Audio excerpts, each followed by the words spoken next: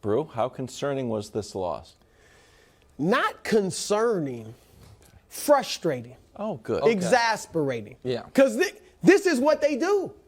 We saw it against the Celtics. Okay. We saw it against the Celtics. The Hawks, right? We saw it against Philadelphia. They lose game one and there's no Joel Embiid at home in that same building.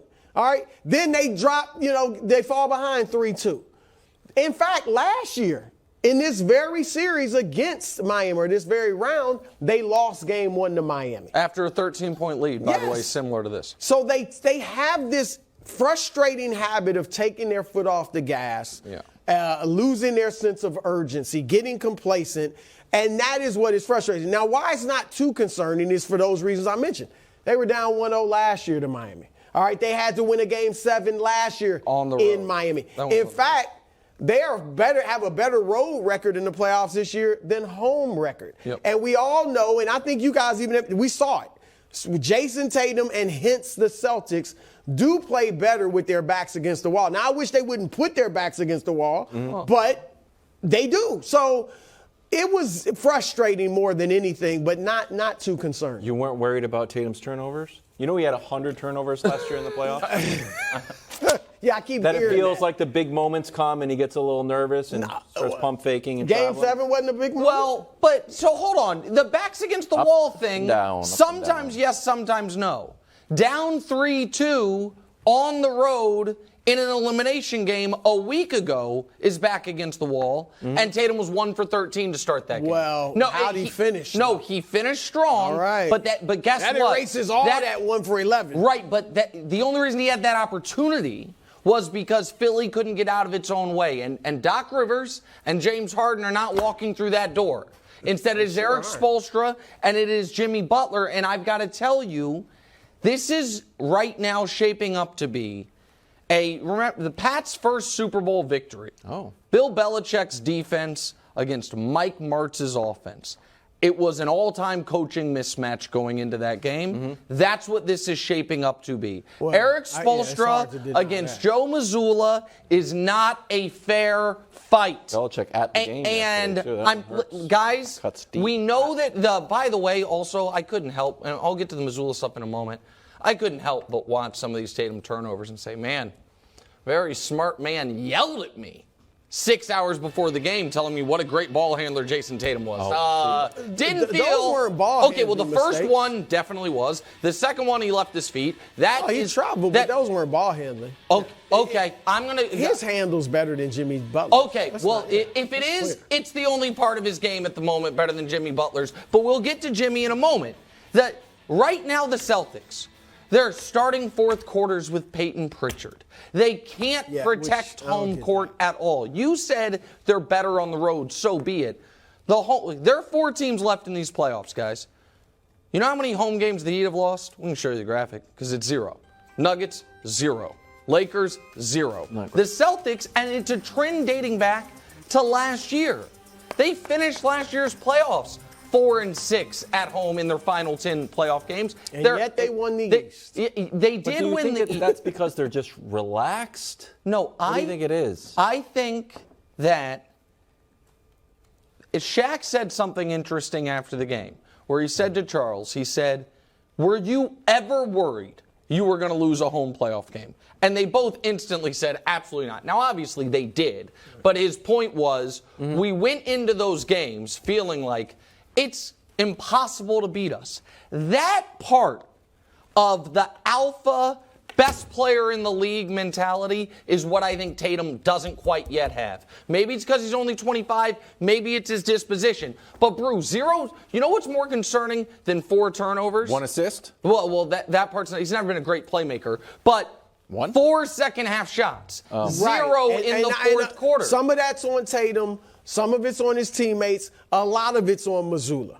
All right, and that's to your point. No, how about calling the timeout in the third quarter when they scored 46 points? And the 4 is a tad. I'm with you on the 4. He had 18 first-half points. Should have got more than 4 shots. But he did have 8 free throws in the second. So it's a little But 0 skewed. shots in the fourth quarter is bad. I'm with you on that. Can I push back, Brew? Yes.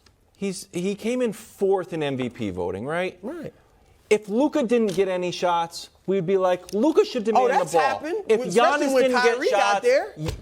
we'd be like, Giannis needs to demand the ball. Giannis was running from the ball the last time we saw him. When Tatum doesn't get shots, Grayson Allen got the last shot. That's a fair point. Wait a second. Hold on. I think you're misunderstanding Wildes' point. Wildes is not saying it doesn't happen. He's saying when it happens, we blame the player, not the coach. Because, that's the point you're because making, Tatum's right? 25, but like 25 is not in your midlife of your NBA career. Here's what okay. Go I ahead. get it. He's young.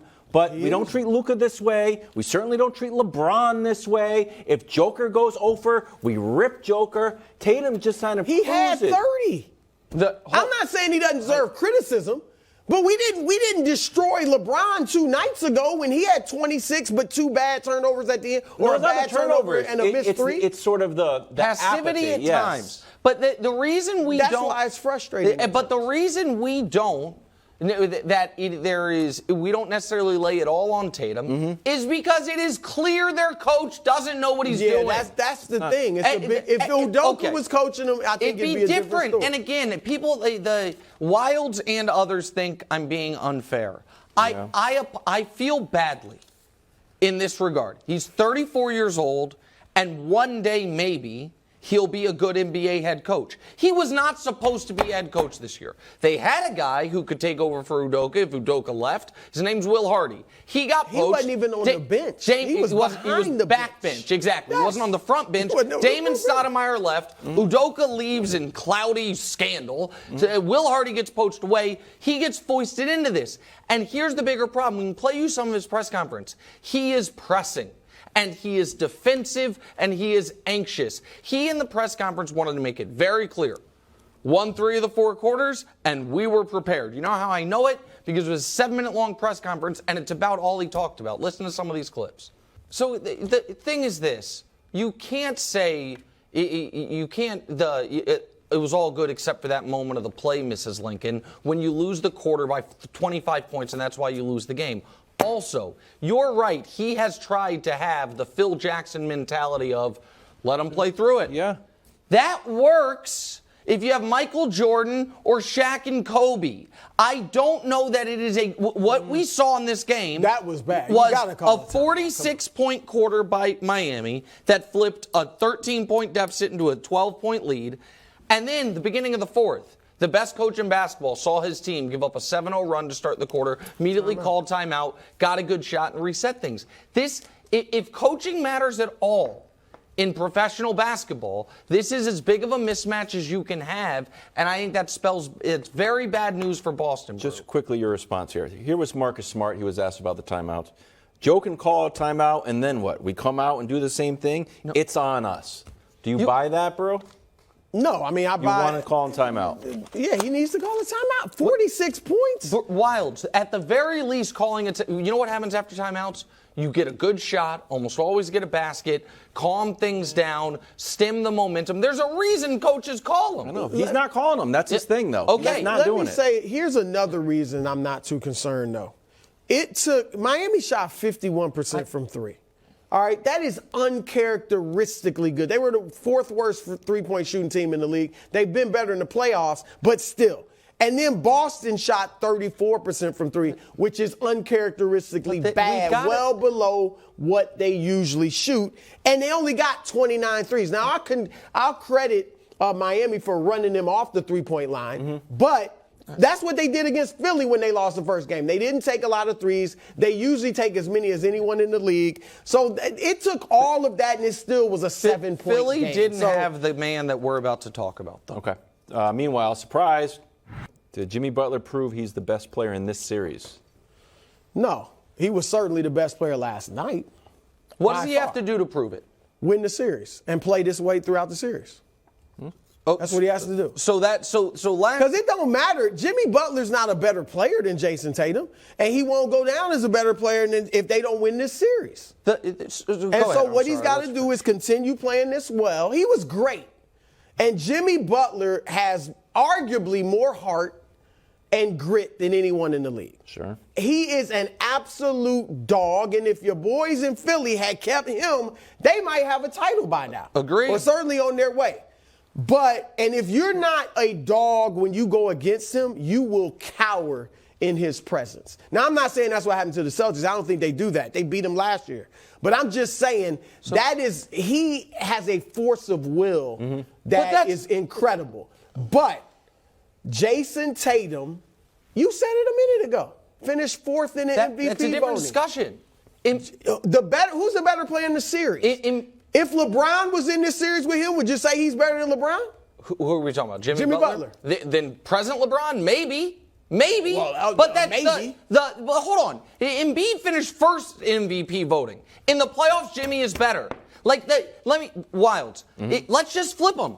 Jimmy shot 11% last series. I don't care. Really? Yeah, I don't care. Because in the series where they had to have Milwaukee, he was 36, 8, and 6 a night. Since he's been a Miami, let's just show you some numbers, and then I have a question for you. Last night, 35, 5, 5, and 5, at least those thresholds. Multiple times in a playoff career. That's your whole list. Your guy's basketball god, Allen Iverson, and Jimmy Butler. This postseason, game scores kind of a catch-all metric. 25 or better is really good. 30 or better is amazing. 40 or better is all-time game.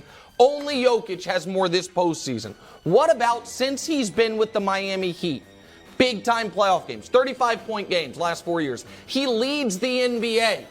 Let's say, by the way, in the regular season in that same time frame, he's tied with Terry Rozier for 35-point games. It's almost like he gets to a different level come the postseason. He clearly does. There's no doubt about that. Bruce said before this series that he's picking Boston, but is apprehensive or whatever it is. If you flipped out their two stars, you would not be worried about Miami. Flatly. As good as Tatum is. And last year in the finals, if you gave the Celtics Jimmy Butler, not Jayson Tatum, I think the Celtics win the title. That's hypothetical. We don't know that. Of course we don't know that. I'm just giving my opinion. Brew, that's what we do. We're just giving our opinion. We don't know a lot of things. We're out here giving our opinion. I speak about facts. Okay, but who's better is an opinion. Jimmy Butler's a better player than Jayson Tatum. In the regular season, Tatum is better. In the postseason, I don't know how you can argue it. We just need to recognize, just like Harden is here and then here, there are certain guys, Manu was one of these guys, James Worthy was one of these guys. We typically don't see it as the best player on a team guy that is here and then gets all the way up here. But he keeps doing it. Mm-hmm. He keeps doing it. And he's going to have to keep doing it to prove to me that he's better than Jayson Tatum in this series. But honest question. If Jimmy Butler were on the Celtics right now, this year, and you flipped him, would you be giving the Heat any chance? It changes the dynamic. Right. I mean, I don't know how he would fit on the Celtics, honestly. I mean, again, that's. But could Tatum do for the Heat what Jimmy has done? Not in strength of personality. Yeah. But that's part of it, right? Yes. And he's 25 years old. And look, Jordan did not lead a team to a championship. Right. LeBron did not lead a team to a championship until they were 27. Right. Which is so he may still be maturing. Sure. I'm not talking about he the next had 10 a bad years. Fourth quarter. Even a bad second half, even though he scored 12 points.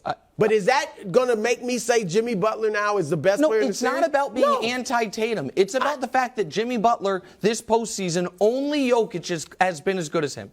Only Jokic. Keep it up. Well, they got a long way to go. If he got 3 games to go to get through. If he struggles in a few games, then we won't be saying that.